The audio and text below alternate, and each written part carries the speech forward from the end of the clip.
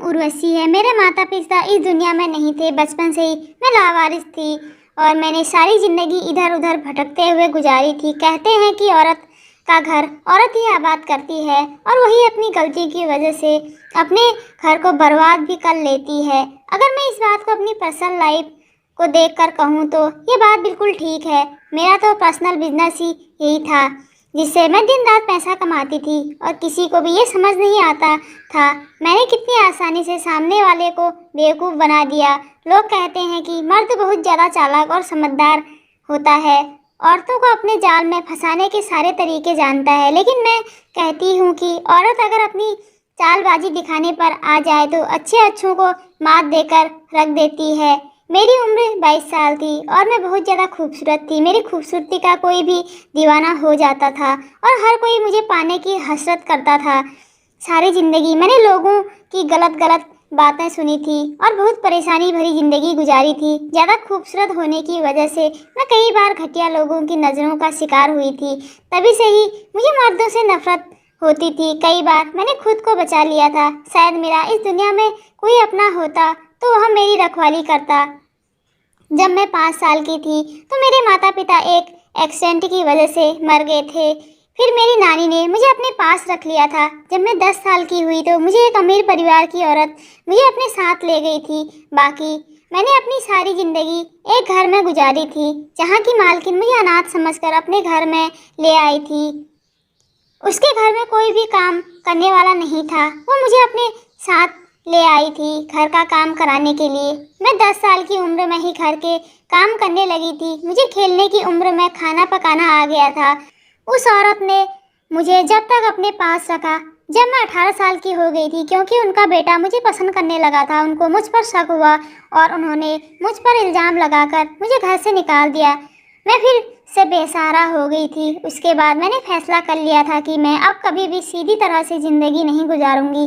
मैं अब अपने हिसाब से ज़िंदगी गुजारूंगी, क्योंकि मालकिन का बेटा मुझे पसंद करता था। इसमें मेरी गलती नहीं थी और वो समझती थी कि मैंने उसके बेटे को फंसा लिया। वो चाहती तो मेरी शराफत देखते हुए मुझे अपने घर की बहू बना सकती थी, लेकिन मेरी कोई गलती ना होते हुए भी मुझे इल्ज़ाम लगाकर मुझे घर से निकाल दिया। इसलिए अब मैं इसी तरह से कोई प्लान बनाकर अपनी ज़िंदगी की शुरुआत करूँगी। वो तो अच्छा था कि मालकिन ने मुझे मोबाइल दिया हुआ था और वो मुझे हर जगह अपने साथ लेकर जाती थी। मुझे कोई भी लड़का अपना नंबर दे देता था, इसलिए मैंने जल्दी से अपना उन्हीं नंबर्स पर कॉल की और तो और सारे लड़कों से एक साथ बात की। ये 3 लड़के थे जिनका नंबर मेरे पास था। मैंने उनसे खूब प्यार भरी बातें की और उनको लूटना शुरू कर दिया। मैं किसी भी लड़के से मिलती नहीं थी। मैंने सबसे कॉल पर ही बात की थी और मैं सबसे महंगे गिफ्ट लेती। उनको बेचकर मैं अपना गुजारा किया करती थी। उसमें से एक लड़के ने तो मुझे मेरे अकाउंट में कुछ पैसे भी डाल दिए थे। मेरा गुजारा अच्छा हो रहा था।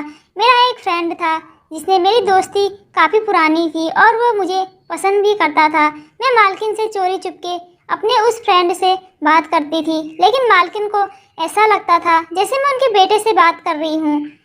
मेरा यह दोस्त बहुत अच्छा था। इसका नाम शेखर था। शेखर ने मुझे कहा कि तुम मेरे साथ आकर रहने लगो, क्योंकि उसका भी इस दुनिया में कोई नहीं था।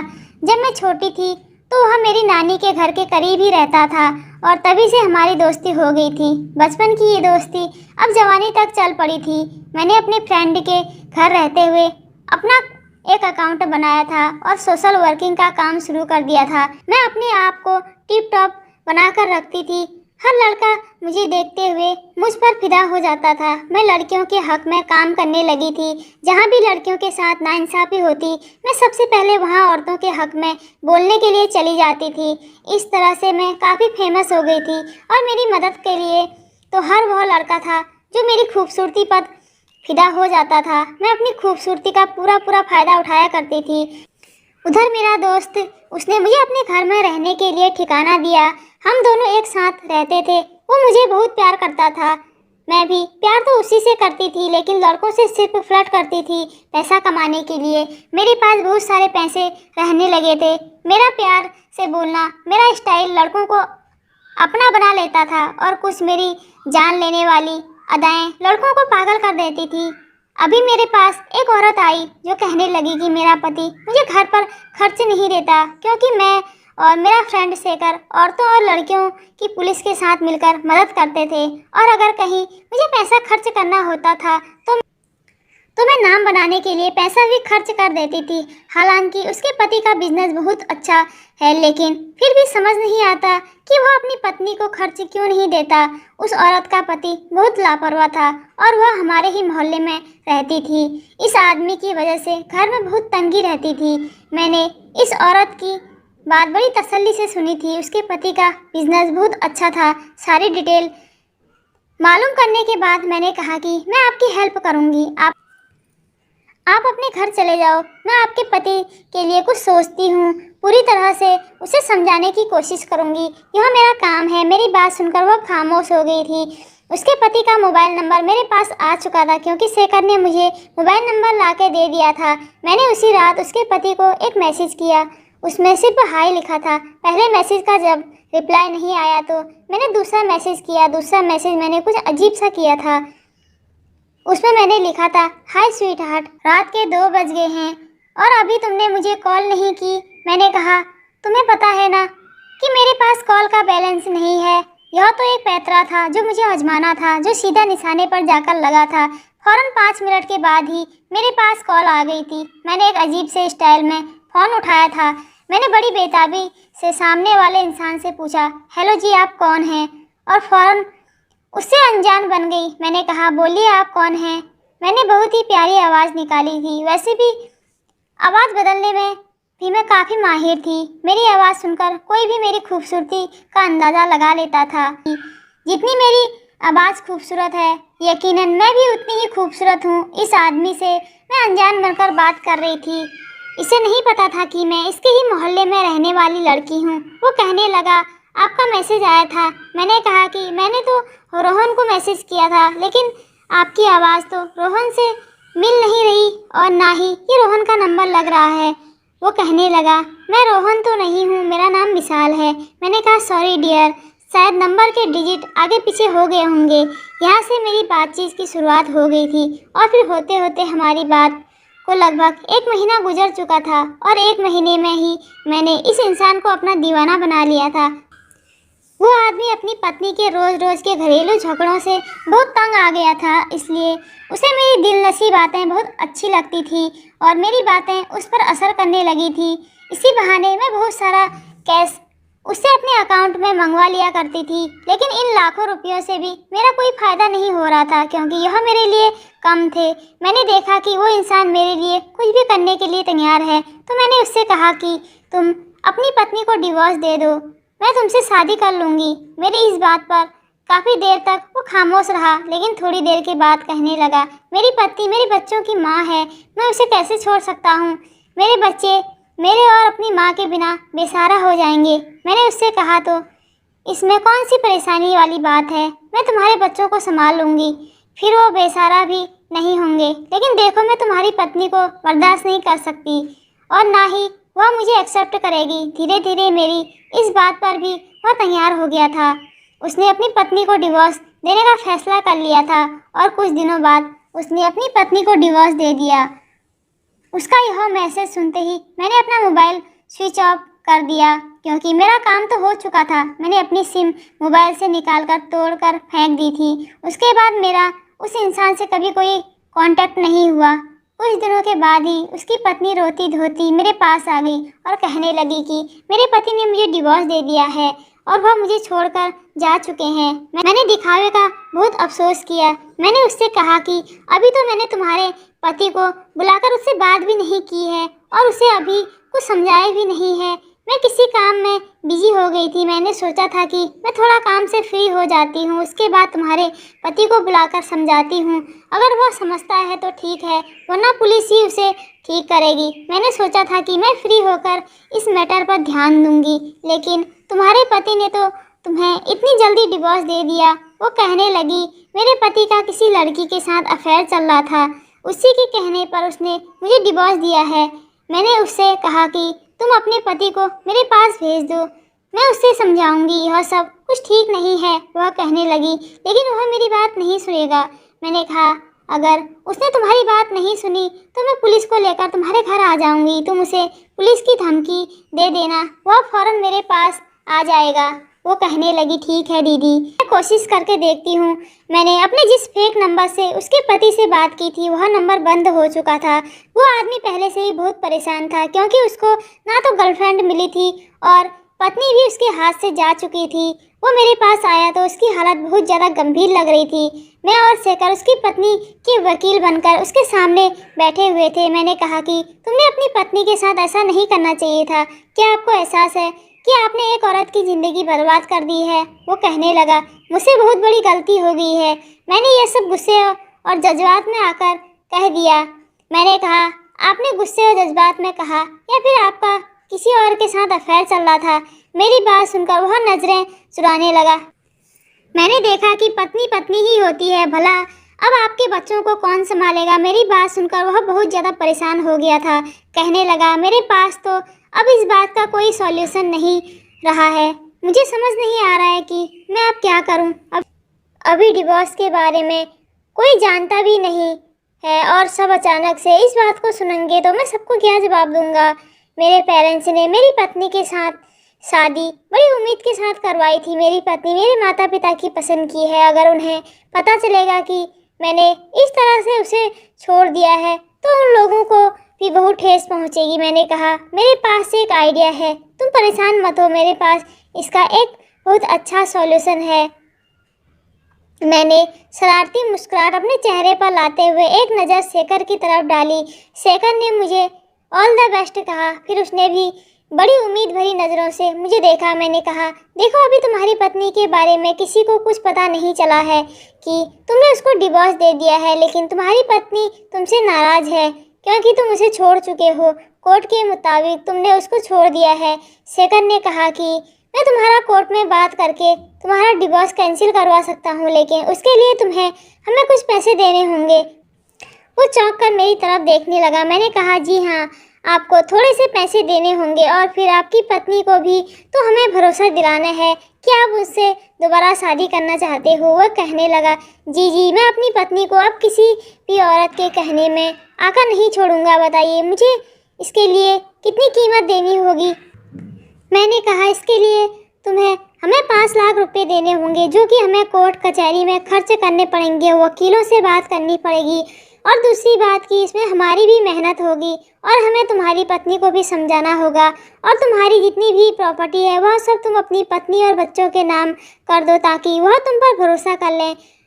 हम उसे समझाएंगे कि तुम बहुत अच्छे इंसान हो, तुम सिर्फ गलत राह पर भटक गए थे बस। वो मेरी और शेखर की बात सुनकर खुश हो गया था। उसने कहा, ठीक है, मैं आपके अकाउंट में 5 लाख रुपए डाल दूंगा।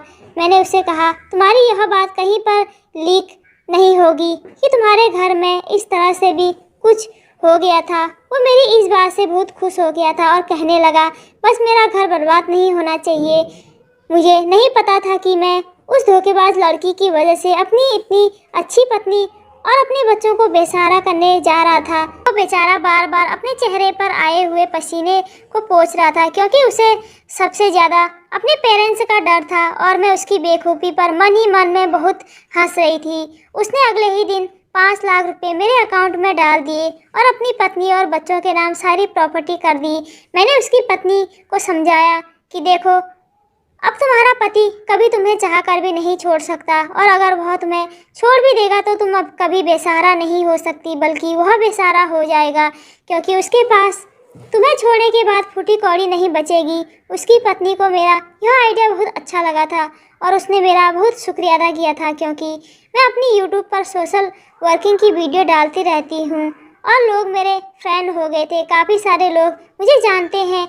मैं अपनी सोशल वर्किंग काम के आड़ से इस तरह से अलग से अपना बिजनेस भी कर रही थी और पैसे भी कमा रही थी जिसमें मेरा पूरा साथ शेखर दे रहा था। वो आदमी बहुत ज़्यादा परेशान था, इसलिए उसने हमें जल्द से जल्द पैसे दे दिए थे। इसके जाने के बाद शेखर और मैं खूब ज़ोर ज़ोर से हंसे थे क्योंकि हम उसको अच्छी तरह से बकरा बना पाए थे। हम इस झूठी प्लानिंग में कामयाब रहे थे और हमारे पास हमारे पैसे भी आ गए थे। पहले मुझे कोई नहीं जानता था ये उर्वशी है और अब तो उर्वशी के नाम को हर कोई जानने लगा था।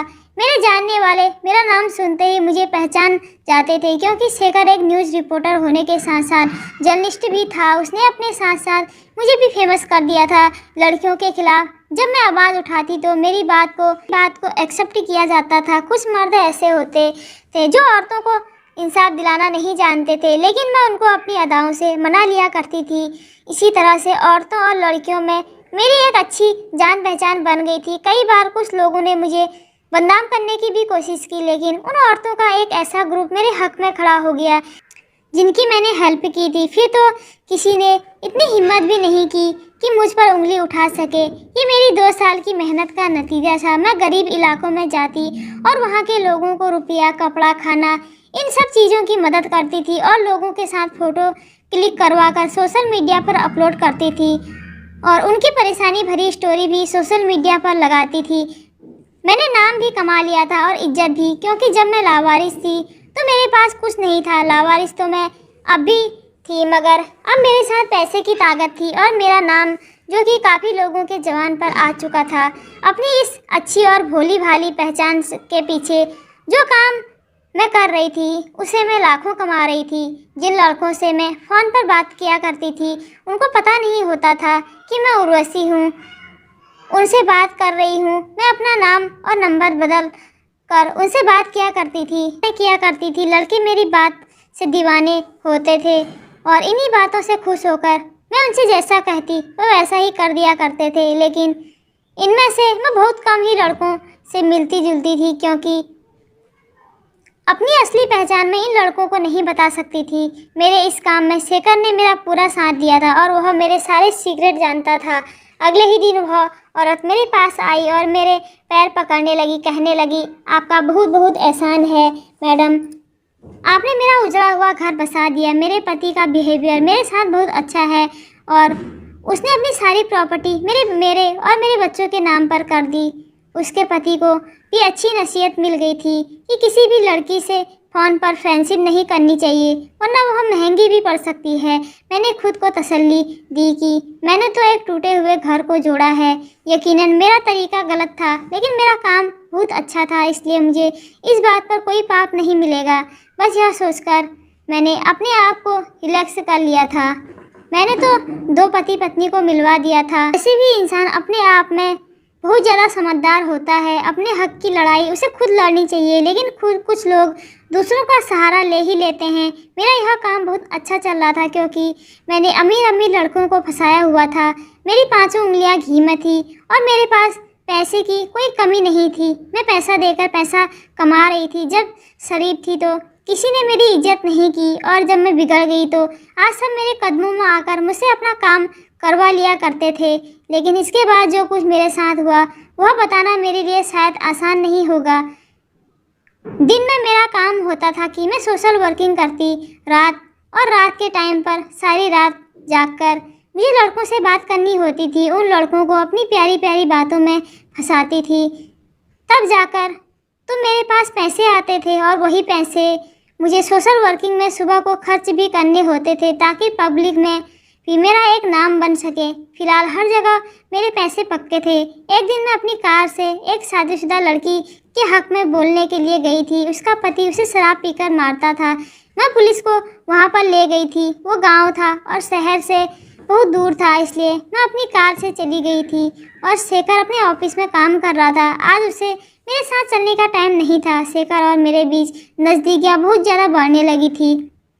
अब हमने सोच लिया था कि हमारे पास काफ़ी सारा पैसा आ चुका है, हमें अब गलत तरीके से पैसा नहीं कमाना चाहिए। इसलिए अब मैंने सोच लिया था कि मैं लड़कों से फ़ोन पर बात करना बंद कर दूंगी, क्योंकि अब मैं भी सीरियस होना चाहती थी। बस मजाक के तरीके से हमने लोगों को बेवकूफ़ बनाकर काफ़ी सारा पैसा उनसे लूट लिया था। अब मैं और शेखर एक दूसरे से शादी करके अपना घर बसाना चाहते थे। मैं गाँव से फ्री होकर घर के लिए रवाना हो रही थी।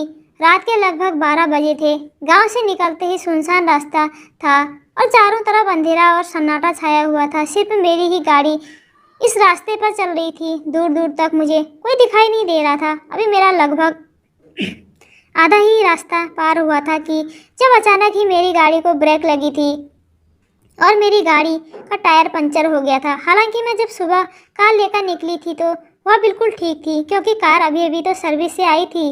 गांव से लौटते टाइम पर भी मैंने अपनी गाड़ी को अच्छी तरह से देखा था, तब भी सब कुछ ठीक था। शायद सड़क पर ही कुछ ऐसा था जिसकी वजह से टायर पंचर हुआ। फिलहाल यहाँ पर मैं खूब बुरी तरह से फंस चुकी थी। मैंने गाड़ी का दरवाज़ा खोलकर देखा तो टायर पंचर था, क्योंकि कांच के काफ़ी सारे टुकड़े सड़क पर टूटे हुए पड़े थे।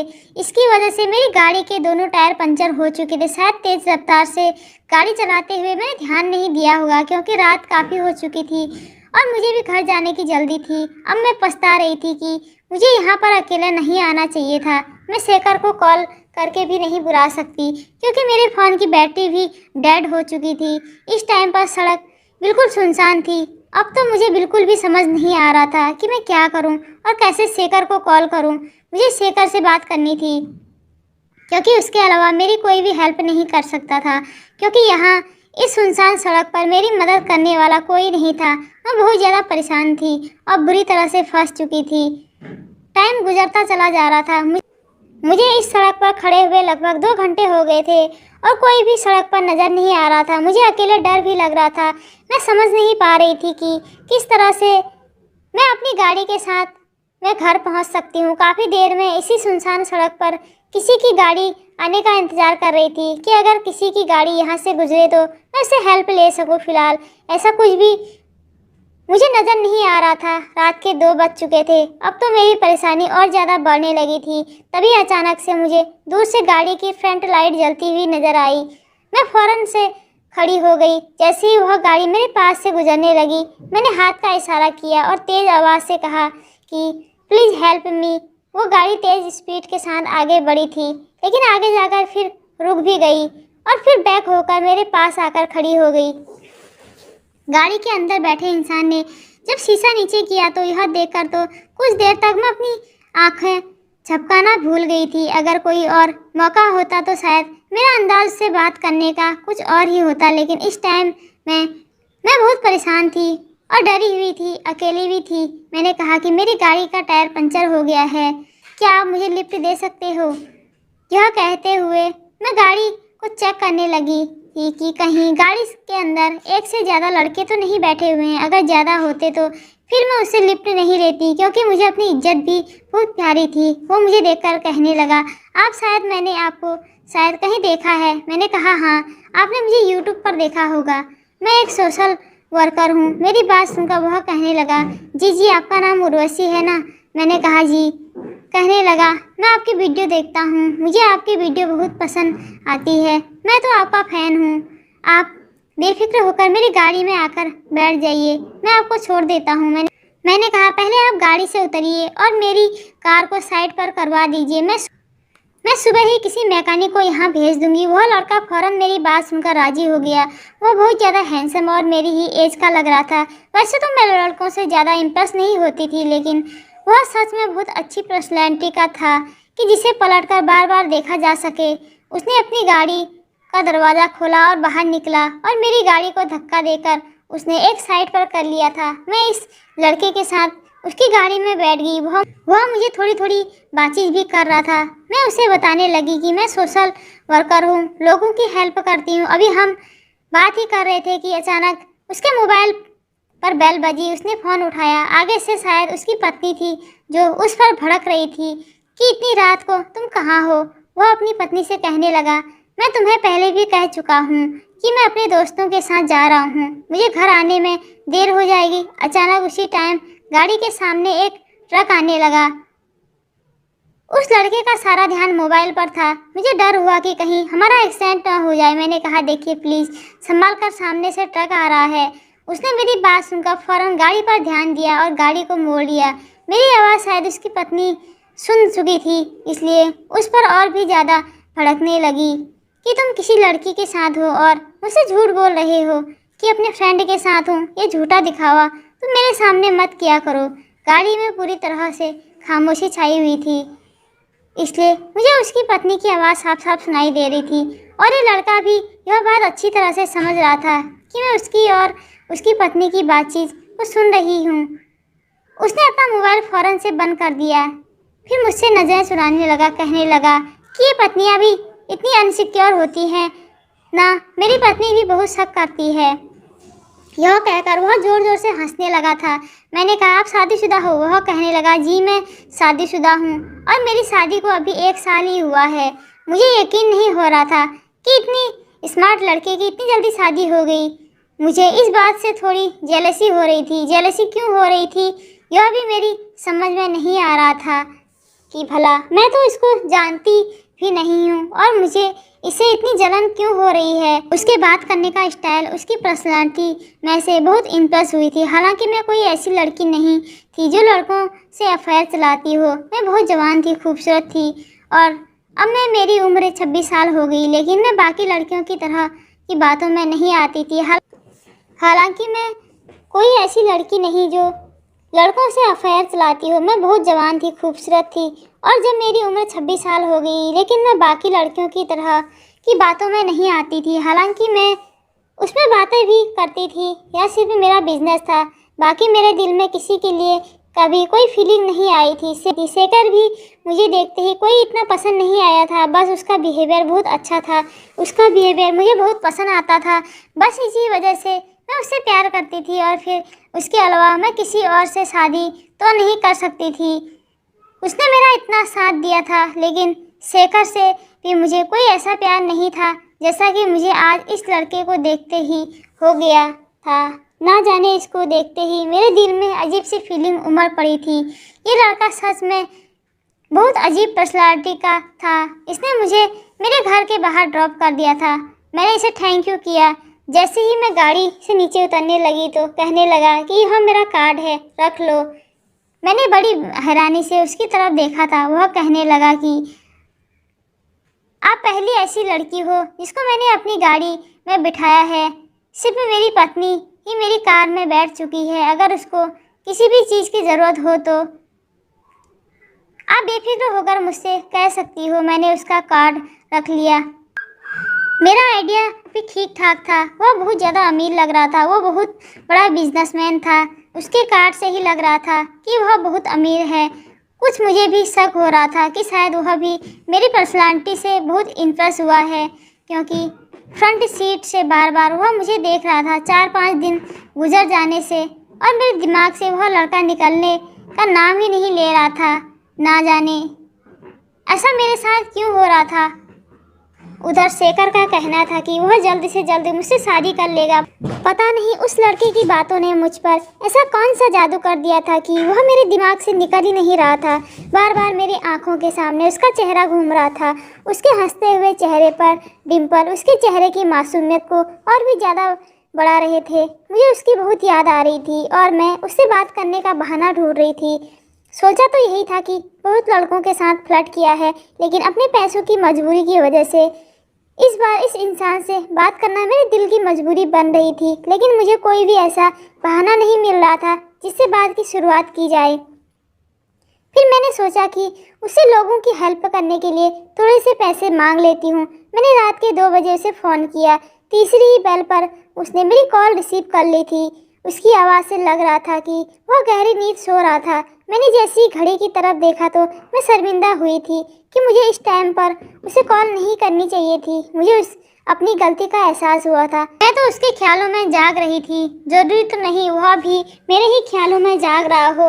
ये हरकत मुझे अपनी अच्छी नहीं लगी थी। मैंने सोचा भी कि फ़ोन डिस्कनेक्ट कर देना चाहिए, लेकिन वह कहने लगा कि आप उर्वशी बोल रही हैं ना, इस बात आपने याद कर लिया है। मैं उसकी यह बात सुनकर हैरान रह गई थी कि उसे कैसे पता चला कि मैंने ही उसे कॉल की है। मैंने कहा, आपको कैसे पता कि मैंने आपको कॉल की है? मेरा नंबर आपके पास कैसे आया?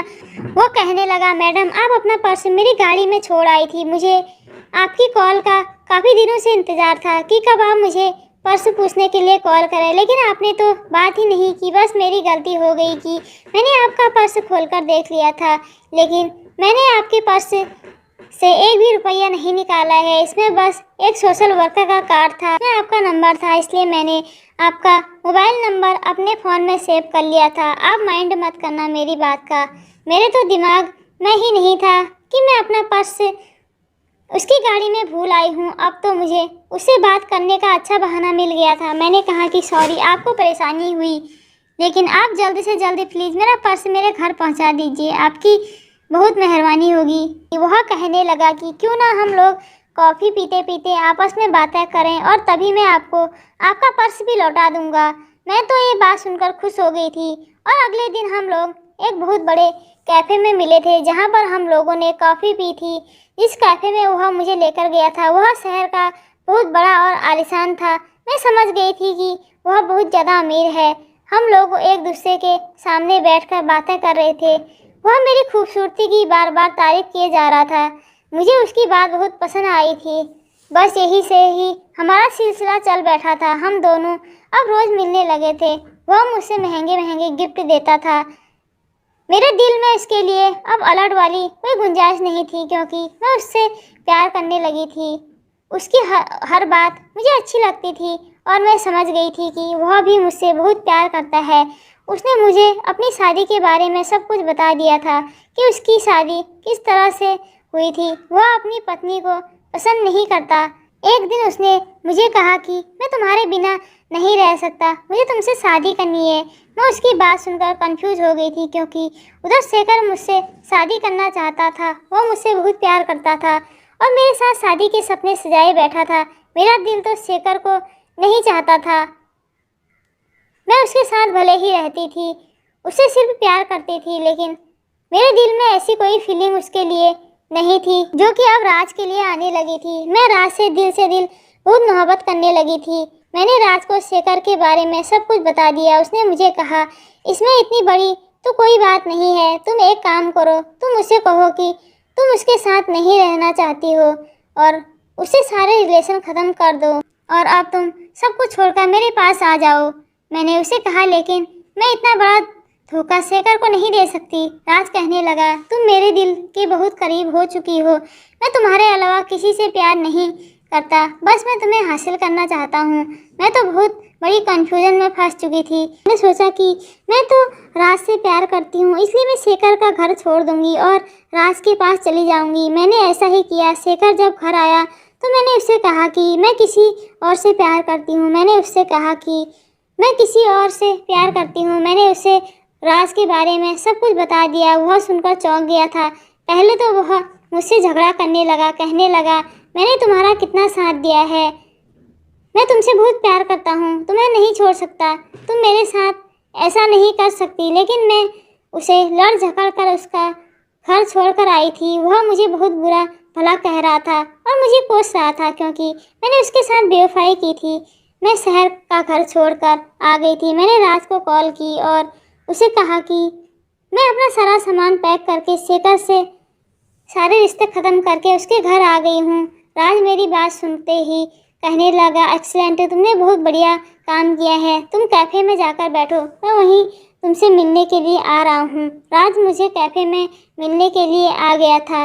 मैं काफ़ी देर से उसका इंतज़ार कर रही थी। उसने आते ही सिगरेट जलाई और वह पीने लगा। मैं उसकी हरकत को देखकर बहुत शर्मिंदा हुई थी। मुझे नहीं पता था कि वह सिगरेट पीता है।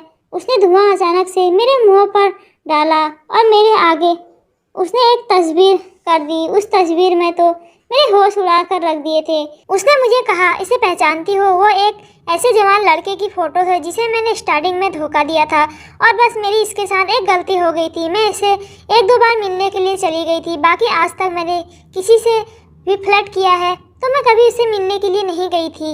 यह मेरी पहली और आखिरी गलती थी और दूसरी बार मैं राज से मिलती जुलती थी। मैंने उससे कहा, मैं इसे नहीं जानती, तो वो हैरान होकर कहने लगा, तुम इसे नहीं जानती हो? वो तो तुम्हें अच्छी तरह से जानता था। ये दूसरी फ़ोटो मेरे पास की जहाँ मैं उस लड़के के साथ बैठी हुई थी। वो लड़का मुझे हद से ज़्यादा चाहता था। उससे पैसे वसूलने के बाद मैंने उसे छोड़ दिया था।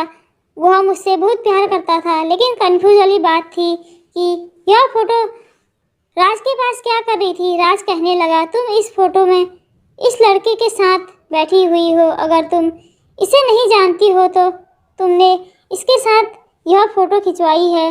मैं उठकर खड़ी होने लगी। उसने गुस्से से कहा, मैंने तुम्हें उठने के लिए नहीं कहा। फिर उसने अपना पर्स मेरे सामने फेंक दिया। यह देखकर तो मैं हैरान रह गई थी कि वह पुलिस ऑफिसर था। उसने कहा, यह लड़का मेरा फ्रेंड है, ये तुम्हें बहुत ज़्यादा चाहता था, तुमने शादी करना चाहता था, तुमने इसे धोखा दिया और इसने तुम्हारी बेवफाई में सुसाइड कर ली। आज वह बेचारा इस दुनिया में नहीं है, लेकिन मैंने तभी से सोच लिया था कि मैं अपनी दोस्त की मौत का बदला तुमसे लेकर ही रहूँगा। इसलिए मैंने तुम्हें ट्रैक करना शुरू किया और तुम्हारे खिलाफ सारे सबूत इकट्ठे किए और प्लान बनाकर तुम्हें अपनी मोहब्बत के जाल में फंसा लिया। तुम जैसी लड़कियां बहुत आसानी से लड़कों के जाल में फंस जाती हैं। हर बार तुम लड़कों को फंसाया करती थी, इस बार मैंने तुम्हें फंसाया है और तुम्हारा सब कुछ बर्बाद कर दिया है। वैसे भी तुम्हारे आगे पीछे कोई नहीं है। एक बेचारा तुम्हारा दोस्त था जो तो तुम पर दिल हार बैठा था, तुमने उसे भी मेरे खातिर धोखा दिया। अब तुम चाह कर भी उसके पास नहीं जा सकती क्योंकि वह तुम्हें दोबारा एक्सेप्ट नहीं करेगा। मैंने तुम्हें बर्बाद कर दिया है जैसे तुमने मेरे दोस्त को बर्बाद किया था। मेरी आंखों से आंसू निकल रहे थे कि मैं किस मुसीबत में फंस गई थी। मुझे शेखर की बहुत याद आ रही थी। शेखर ने हर मुसीबत में मेरा साथ दिया था। मैंने शेखर के साथ बुरा किया और काफ़ी सारे लड़कों के साथ भी बुरा किया। उसी का नतीजा मुझे मिला था। वो कहते हैं ना कि बुराई का अंजाम बुरा ही होता है। मेरे साथ भी कुछ ऐसा ही हुआ था। मुझे राज ने अरेस्ट कर लिया और आज मैं लॉकअप में हूँ। ना जाने ऐसे कितने लड़कों की मैंने ज़िंदगी बर्बाद की है जो मुझसे प्यार करते थे। मैं आप सब लोगों को रिक्वेस्ट करना चाहती हूँ कि कभी भी किसी की फीलिंग के साथ मत खेलना, क्योंकि फीलिंग के साथ खिलवाड़ करना किसी की जान लेने के बराबर होता है। दोस्तों, उम्मीद करती हूँ आपको हमारी कहानी पसंद आई होगी। कहानी पसंद आई तो मेरे वीडियो को ज़रूर लाइक कीजिएगा। धन्यवाद।